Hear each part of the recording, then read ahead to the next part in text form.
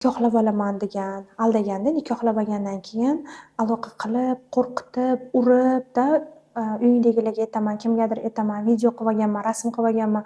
Shunaqa qizlarni qo'rqitib yillar davomida shunaqa odamlar borda, nima deydi, narsistlar bor, psixologически buzilgan inson o'g'il bolalar bor.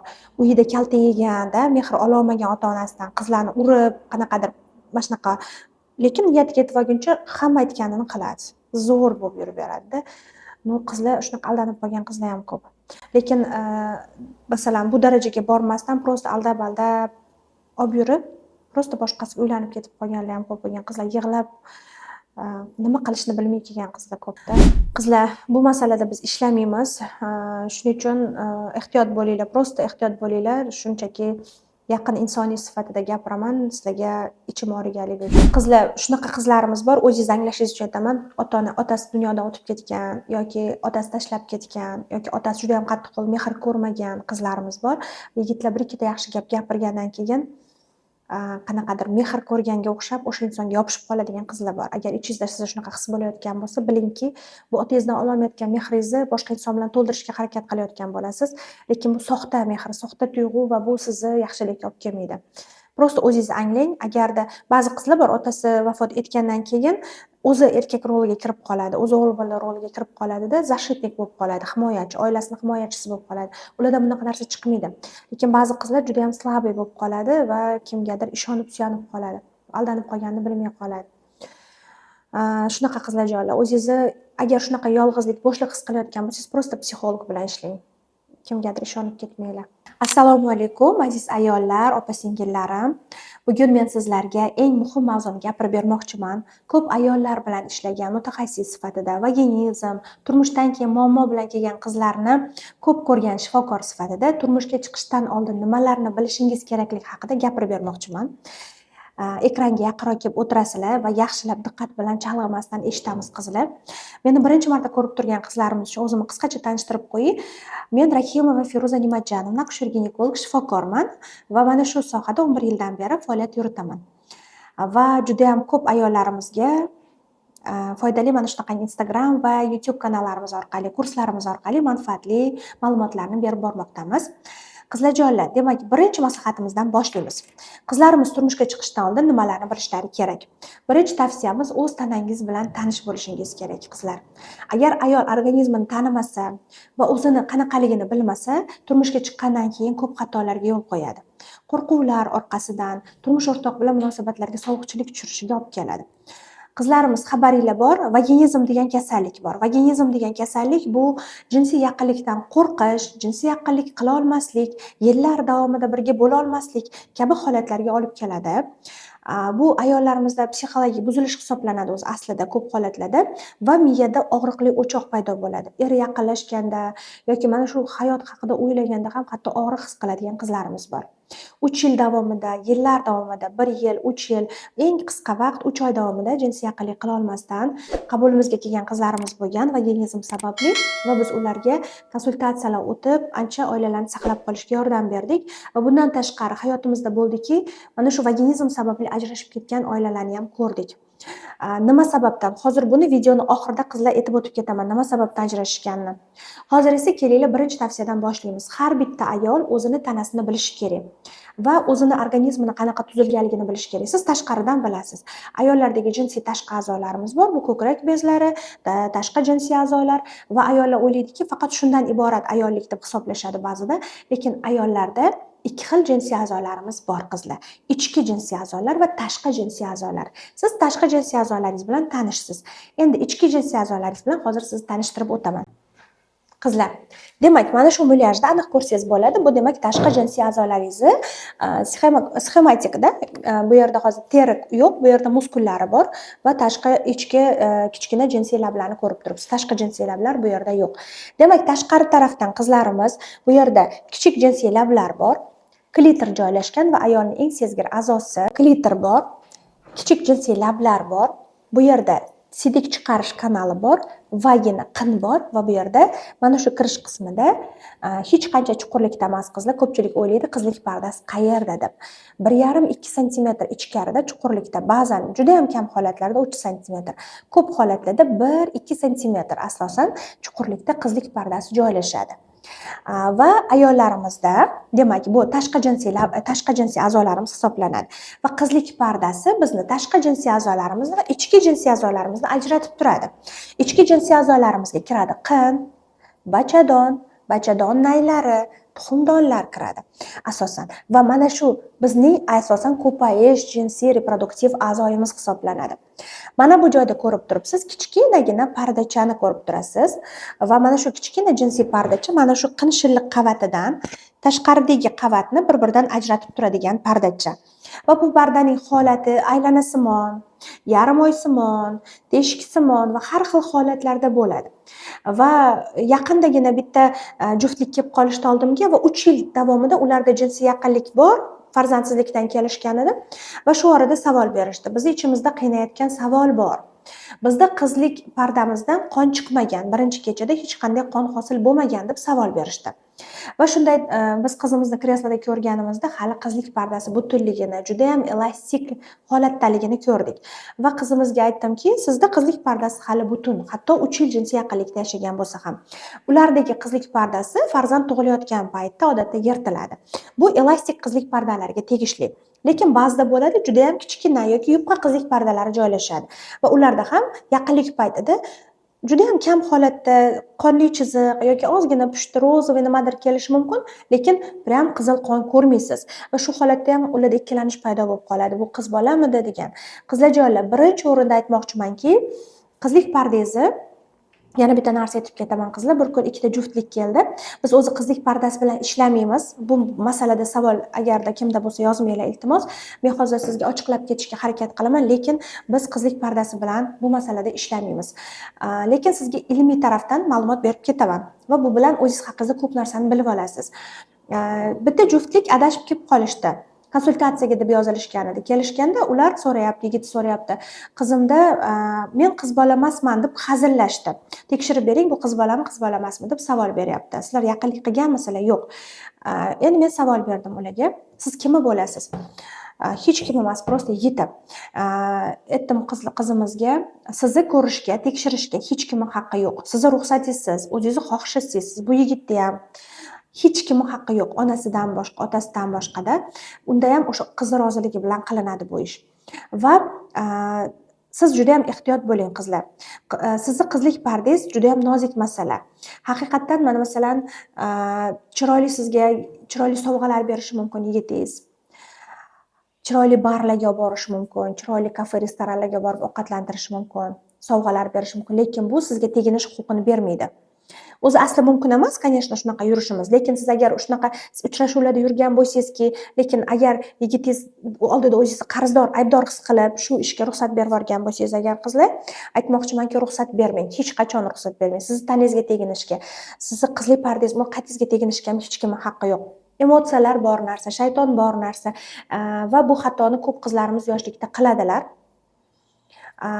Mana biz masalan biz ham yosh bo'lganmiz, emotsiyalarimiz bo'lganda va o'ylaysizki bu sevgi, muhabbat, tuyg'ular deb o'ylaysiz. Ishoning, mana shu sizga tegajog'lik qilgan yigit hech qachon sizga uylanmaydi. Bunaqa praktikamizni juda ham ko'p ko'rdik. Qizlarimiz kelishadi va boshqa insonga turmushga chiqishdan oldin so'rashadi, qizlik pardani qanday tiklash mumkin, nima qilsa bo'ladi va juda ham tushkun kayfiyatda va butun umr yuragida aybdorlik hissi bilan, og'irlik bilan yashashadi. Va o'ylaymanki, sizni haqiqatdan munosabatlaringiz chuqur bo'lsa, bir-biringizdan haqiqatdan savol bering, shu yigitdan farzandli bo'lishi xohlaymanmi yoki bu yigit mendan kelajakda farzandli bo'lib, ona qilib, meni o'ziga ayol qilib, farzandlarini onasi qilib, butun umr baxtli qila oladimi degan savolni birinchi berib ko'ring o'zingizga. Agar javobingiz ha bo'lsa, prosta emotsiya emas u yerda. Agar haqiqatdan kelajagingizni ko'ra olayotgan bo'lsangiz, albatta unga nikohni, turmushga chiqishni kuting. Bu prosta sizga opadek maslahat beryapman qizlar. Bunaqa tushkunlikka tushib qolgan aybdor qizlarni ko'p ko'rganim uchun, hayotda bu narsalar bilan to'qnashganimiz uchun qizlar, sizlarga shunaqa maslahat beramanki, hech qachon juda ham qattiq sevib o'lib qolayotgan bo'lsangiz ham, o'ylaymanki, avval qilib yurgan bo'lsangiz ham endi bu ishga ruxsat bermang, o'zingizga ham, u yigitga ham. va hayotingiz juda ham shirin lahzalaringiz oldinda, turmushga chiqqaningizdan keyin juda ham go'zal bo'ladi hammasi.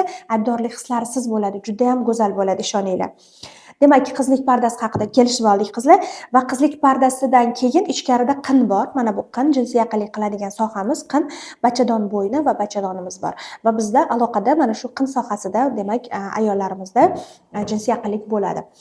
Va qizlarimiz ko'pincha o'ylashadiki, bu yerda qin juda ham tor va qo'rquv bilan shakllanib qolgan qizlarimiz bor. Unaqa haligi qizlarimiz ikkita toifaga bo'linadi-da, qizlar. Birinchisi juda ham erta jinsiy yaqinlikni boshlagan yoki juda ham ko'p erta munosabatga kirishgan va qizlarimiz bor, juda ham yopiq qizlarimiz bor, ya'ni qo'rquvda katta bo'lgan, erkaklardan qo'rqadi va jinsiy yaqinlikda mana shunaqangi vaginizm holatiga olib keladi.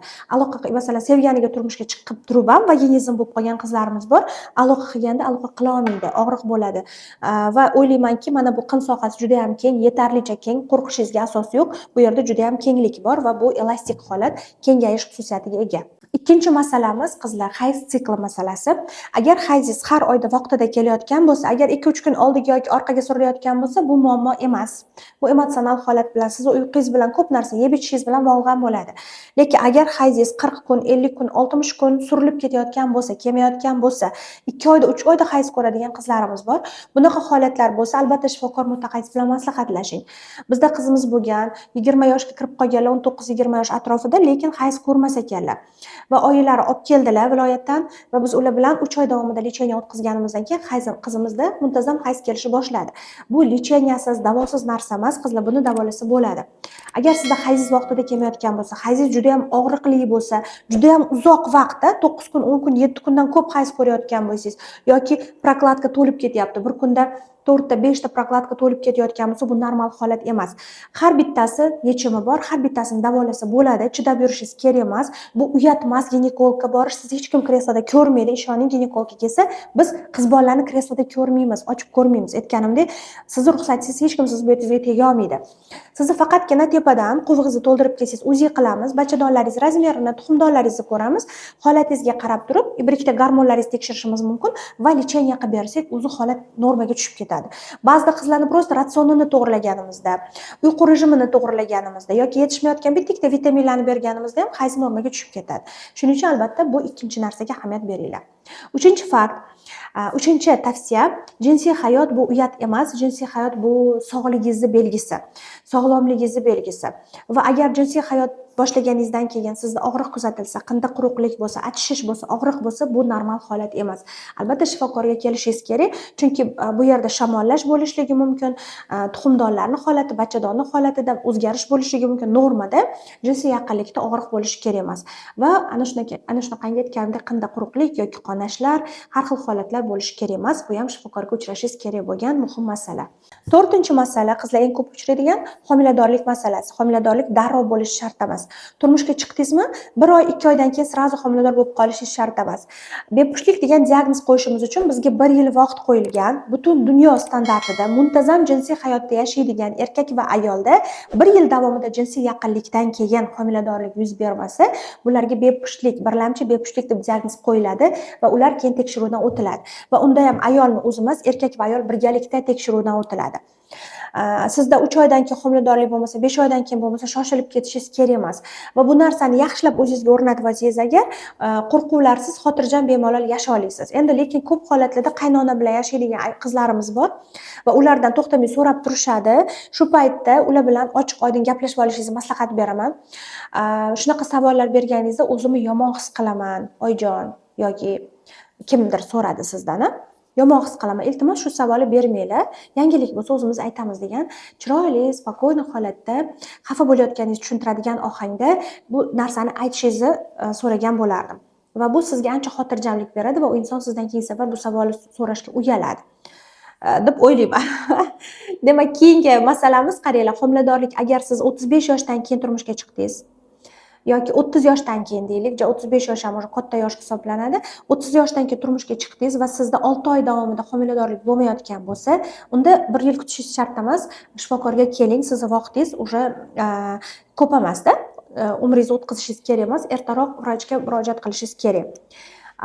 Demak, yoki bo'lmasam bo'ladi, qanaqa hayz siklingizda muammo bor o'zi aslida, tegida.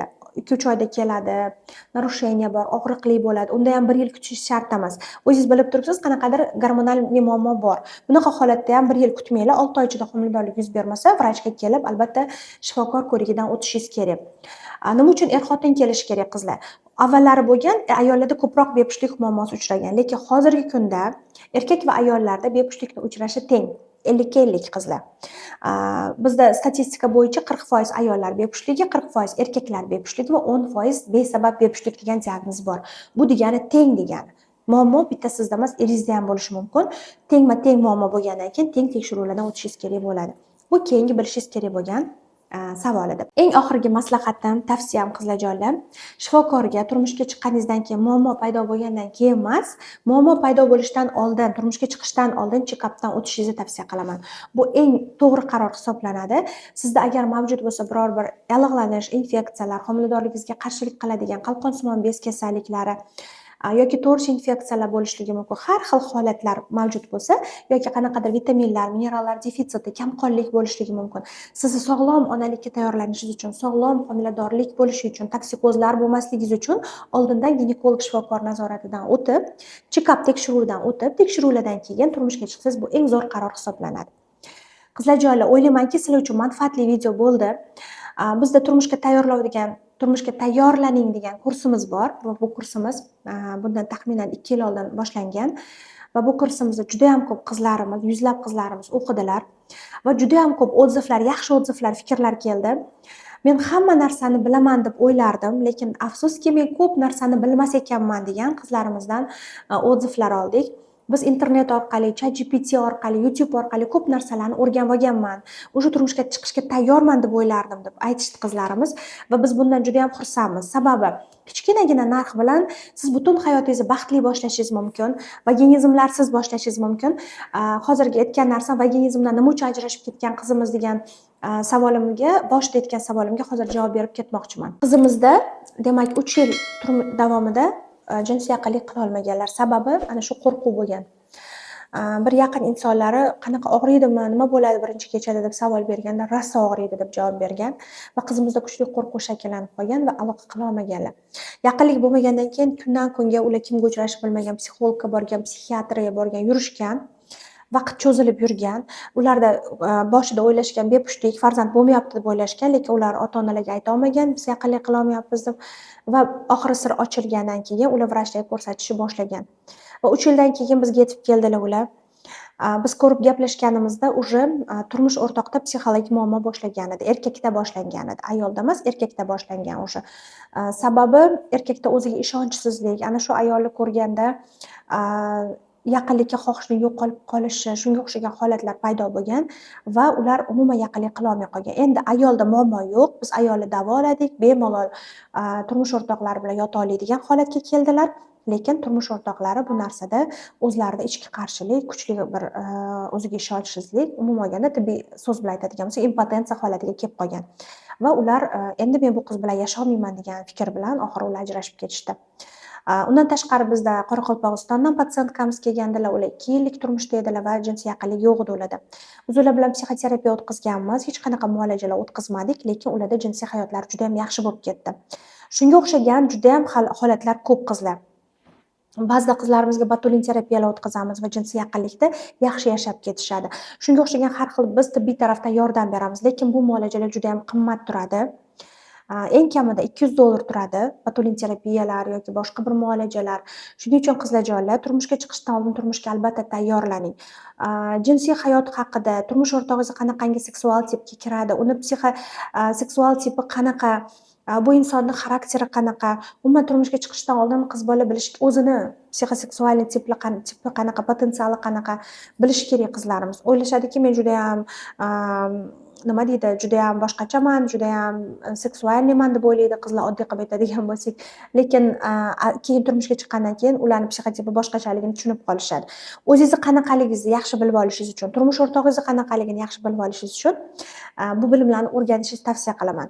Bu bilimlarni biz ham bilmaganmiz turmushga chiqmaslikdan oldin, chiqishdan oldin, va bizda ham ko'p xatolar bo'lgan qizlar va biz bu bilimlarni keyinchalik o'qish, o'rganish davomida sekin-sekin o'rganib, buni har bitta inson bilishi kerak ekan, har bitta turmushga chiqayotgan qiz bilishi kerak ekan degan xulosaga kelib, biz bu bilimlarni bitta kichkina mini kursga joylaganmiz.